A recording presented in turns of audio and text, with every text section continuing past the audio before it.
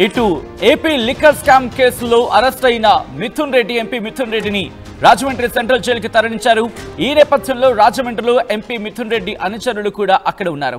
రాజమండ్రి వేదికగా క్యాంపు కార్యాలయాన్ని ప్రారంభించారు. ఇన్ఫాక్ట్ రాజమండ్రి వేదికగా క్యాంపు కార్యాలయాన్ని అక్కడ ఉంచి దానికి సంబంధించి దాని సెంట్రిక్ గా పావులు కదుపుతున్నట్టుగా తెలుస్తోంది. నెక్స్ట్ ఎటువైపు వెళ్ళాలి, ఎటువంటి అడుగులు వేయాలి, మరి ముఖ్యంగా ఎటువంటి అడుగులు వేస్తే మిథున్ రెడ్డి బయటకు వచ్చే అవకాశం ఉంటుంది, వీటికి సంబంధించి ఇప్పటికే జైలు సమీపంలో ఇంటిని అద్దెకు తీసుకున్నారు మిథున్ రెడ్డి అనుచరులు.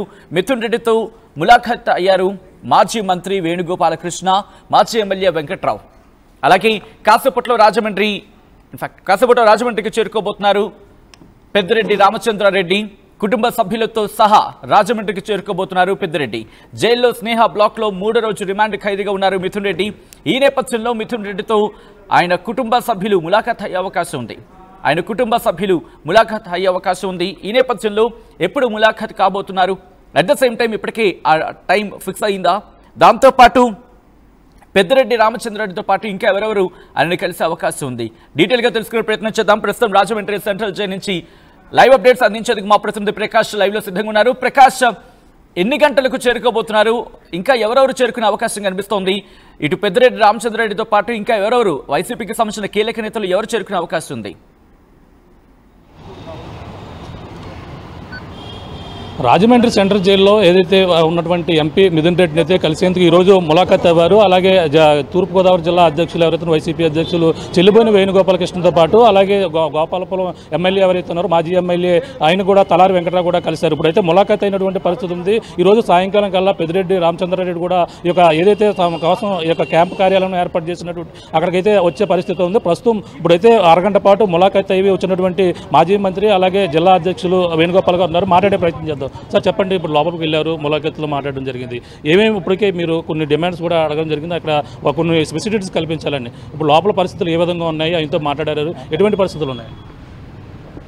మిథున్ రెడ్డి గారిని కలిసిన తర్వాత ఆయన ప్రధానంగా బాధపడుతున్నటువంటిది సర్వికల్ పెయిన్తో, దానికి సంబంధించినటువంటి దిండి ఏదైతే ఉందో దానికి ఎక్కడా ప్రొవైడ్ చేయలేదు. రెండవది, ఆయన నేల మీదే పరుండాల్సినటువంటి పరిస్థితి వచ్చింది.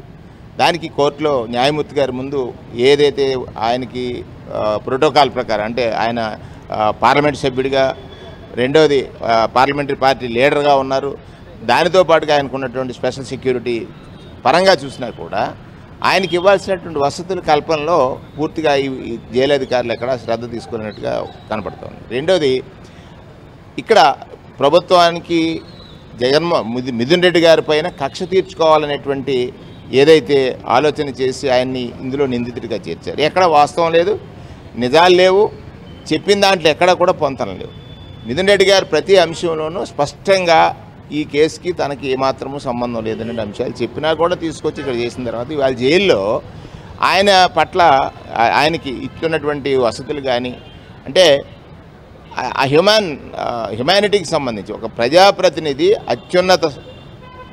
దేశంలో అత్యున్నతమైనటువంటి సభకి ప్రాతినిధ్యం వహిస్తున్నటువంటి మిథున్ రెడ్డి గారి పట్ల ఆయనకి కల్పించాల్సిన వసతుల పట్ల ఎక్కడ కూడా ప్రభుత్వం శ్రద్ధ తీసుకోవట్లేదు. ఆయన ప్రజాప్రతినిధి అనేటువంటి దాంట్లో ప్రత్యేకంగా ప్రజాప్రతినిధికి ఉన్న ప్రివిలేజెస్ ఏవైతే ఉన్నాయో అన్నీ కూడా కల్పించాల్సినటువంటి అవసరం ఉంది. అది అక్కడ కూడా కల్పించినటువంటి పరిస్థితులు లేవు. రెండోది, ఆ ఫుడ్ తీసుకోవడం ఆయనకి ఇబ్బందిగా ఉంది. ఎందుకంటే ఆయన ఇంటి ఆహారం కావాలనేటువంటిది పిటిషన్ వేశారు. అది న్యాయమూర్తి గారు పరిశీలించి ఇవాళ సాయంత్రానికి ఏమైనా ఆర్డర్ వచ్చిన తర్వాత ఆ వసతులు వస్తాయి. ఒకటి ఏంటంటే, ఒక యువ నాయకుడు ఏ మాత్రము తప్పు చేయకుండా శిక్ష చేసేటువంటి ప్రభుత్వ తీరు ఆయన్ని కొంచెం మానసికంగా కలచివేస్తుంది. ఇది సభ్య సమాజంలో అంత మంచిది కాదు, ప్రజాస్వామ్యం మరీ మంచిది కాదు.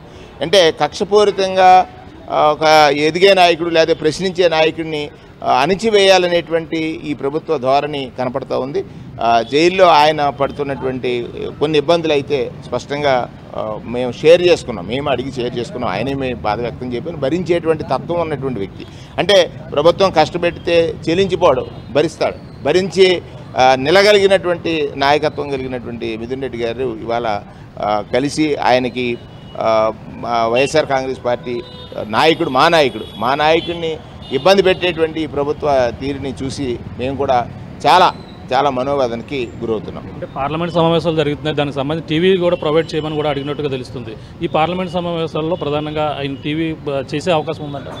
మరి ఇవ్వాలి కదా ఖచ్చితంగా. ఒక పార్లమెంట్ మెంబరు, ఆ పార్లమెంట్ మెంబరు ఇవాళ కక్షపూరితమైనటువంటి కేసులో ఆయన్ని రిమాండ్ చేసినప్పుడు ఖచ్చితంగా ఆయన అడిగినటువంటి ఫెసిలిటీస్ మరి న్యాయమూర్తి గారు ఆలోచన చేసి ఆ ఫెసిలిటీస్ కావాలని అడిగారు. ఆ ఫెసిలిటీస్ ఎట్లా ప్రొవైడ్ చేస్తారనేది మనం చూడాలి, వేచి చూడాల్సినటువంటి అవసరం ఉంది. ఇస్తారనేటువంటిది నా ఆశాభావాన్ని నేను వ్యక్తం చేస్తాను. మాజీ మంత్రి పెద్దిరెడ్డి రామచంద్రారెడ్డి కూడా అక్కడ రాబోతున్నారు, ఎప్పుడు వస్తున్నారు, ఆయన షెడ్యూల్ ఏ విధంగా ఉందండి? రామచంద్రారెడ్డి గారు వారు ములాఖాత్ పెట్టిన తర్వాత అంటే ఇవాళ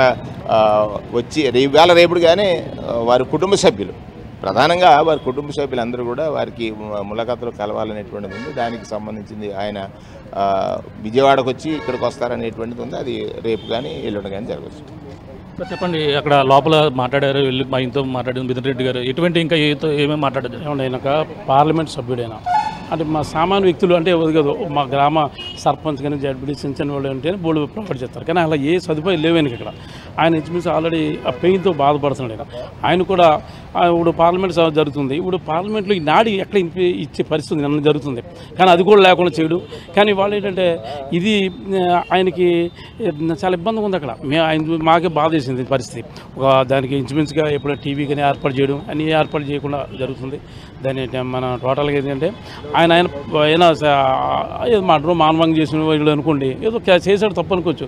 యువ నాయకుడు ఎదిగే నాయకుడిని ఈ విధంగా చేయడం చాలా దుర్మార్గం పద్ధతి. వైసీపీకి సంబంధించిన లీగల్ సెల్ ఆయన ఉన్నారు, అడ్వకేట్ ఉన్నారు, మాట్లాడే ప్రయత్నం. సార్ చెప్పండి, ఈరోజు మీరు కోర్టును కూడా ఆశ్రయించారు, ఆయనకి ప్రొవైడ్ చేయమని ఇప్పటికే 9 అంశాలపై కూడా చెప్పడం జరిగింది. ఏమేమి ప్రధానంగా ప్రొవైడ్ చేయాలి మీరు అడగడం జరిగింది? అదే మేము మేము అడగడం అంటే ప్రత్యేకంగా అడిగింది ఏం లేదు. ఆయన ప్రజెంట్ అయితే ఎంపీ పార్లమెంట్ సభ్యులుగా ఉన్నారు, వై కేటగిరీ సెక్షన్లో ఉన్నారు. ఆయనకేమో మన హెల్త్ ఇష్యూస్ ఉన్నాయి కాబట్టి దాని మీద కావాల్సినవంటి లోపల ఒక కార్డ్ ప్రొవైడ్ చేయమన్నాము. తర్వాత ఏమో పార్లమెంట్ సెక్షన్స్ జరుగుతున్నాయి కాబట్టి ఒక టీవీని, డైలీ పేపర్లు అడిగాము. అదర్ దాన్ ఒక ఆయనకి హెల్త్ ఇష్యూ మీద ఫుడ్ ఇబ్బంది అవుతుంది కాబట్టి హోమ్ ఫుడ్ కోసం మేము ఆ కోర్టు వారిని ఆశ్రయం జరిగింది. ఈ రోజు వరకు కూడా ఆయన మామూలు ఈరోజు మార్నింగ్ కూడా మీ సార్ని కలిసి మాట్లాడడం జరిగింది.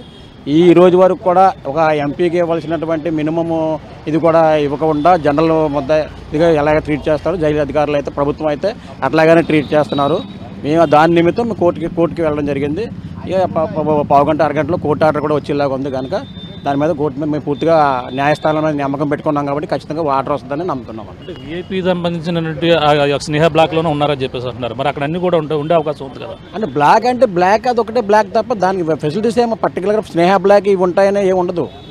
ఓన్లీ బ్లాక్లో ఆయనకున్న దానికొని ఓన్లీ బ్లాక్లో పెట్టారు తప్ప అదే దాని వేరే స్పెషల్గా ఆయన ప్రొవైడ్ చేసిందంటే ఏం లేదు.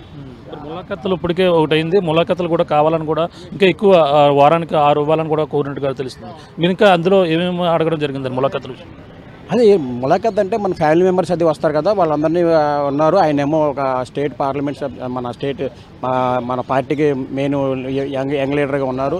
మనకి ఇష్టగూడలో ఉన్నారంటే రకరకాల మిగతా స్టేట్ నుంచి జిల్లాలో రాష్ట్రంలో అన్ని నలుమూల నుంచి వారిని కలడానికి మా లీడర్స్ వస్తారు కాబట్టి దానికోసమని ఒక వీక్లీ 5 ములాఖాతులు ఏమని మేము కోరడం జరిగిందండి. ఆయనకి థ్రెడ్ విషయంలో మీరు ఆయన వై కేటగిరీలో ఉన్నారన్నారు, థ్రెడ్ విషయంలో కూడా ఇటువంటి ఆయనకి మినహాయింపులు కావాలనుకోరు? ఆయన సెక్యూరిటీ పరంగా ఆయనకి ఇవ్వాల్సింది ఆయనకి ఇవ్వాలి కదా, అదే అడుగుతున్నాం. అదొకటే ఆయన మన స్పెషల్గా మేము అడిగితే ఏం అడుగుతలేదు. ఆయన యాజ్ ఒక ఎంపీ పార్లమెంటు సభ్యుడిగా అక్కడ ప్రతిపక్ష నేతగా ఉన్నారు కాబట్టి వై కేటగిరీ పర్సన్ అక్కడ మనకు ఉన్నారు కాబట్టి దానికి ఉన్నటువంటి సెక్యూర్గా ప్రొవైడ్ చేయాలని మేము కోరుతున్నాం అంతే. అంటే జైలు అధికారులమే కూడా మీరు పిటిషన్ వేయడం జరిగింది, వాళ్ళు సరిగా పట్టించుకోవడం అన్నారు. దాన్ని కూడా ఈరోజు ఏసీబీ కోర్టు కూడా పిలిచినట్టుగా పరిస్థితి ఉంది. దానిపై ఎటువంటి వివరణ ఇచ్చే అవకాశం ఉందంటారు? జైలు అధికారుల మీద పిటిషన్ అయితే మేము వాళ్ళని కించపరిచే పిటిషన్ అయితే ఏమీ వేయలేదు. ఏదైతే రిమాండ్ రోజుని కోర్టు వారు ఆదేశించారో అవి ఫుల్ఫిల్ చేయలేదు. అవి ఫుల్ఫిల్ చేసే విధంగా కోరమని చెప్పేసి మేము కోర్టు వారిని అడిగితే దాని మీద క్లారిఫికేషన్ కోసం వీళ్ళు రమ్మన్నారంటే జైలు అధికారులు రమ్మన్నారు అంతే. వాళ్ళ మీద మేము చేసింది ఏం కాదు.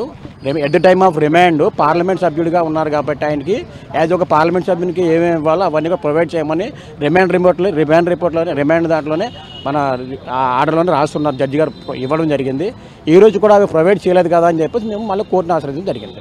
పిటిషన్ ఎప్పుడులోగా దీనికి తీర్పు వచ్చే అవకాశం ఉంది? లేదు, మార్నింగ్ హీరింగ్ కూడా అయిపోయింది. మేబీ ఒక గంటలో ఆర్డర్ వచ్చే అవకాశం ఉంది.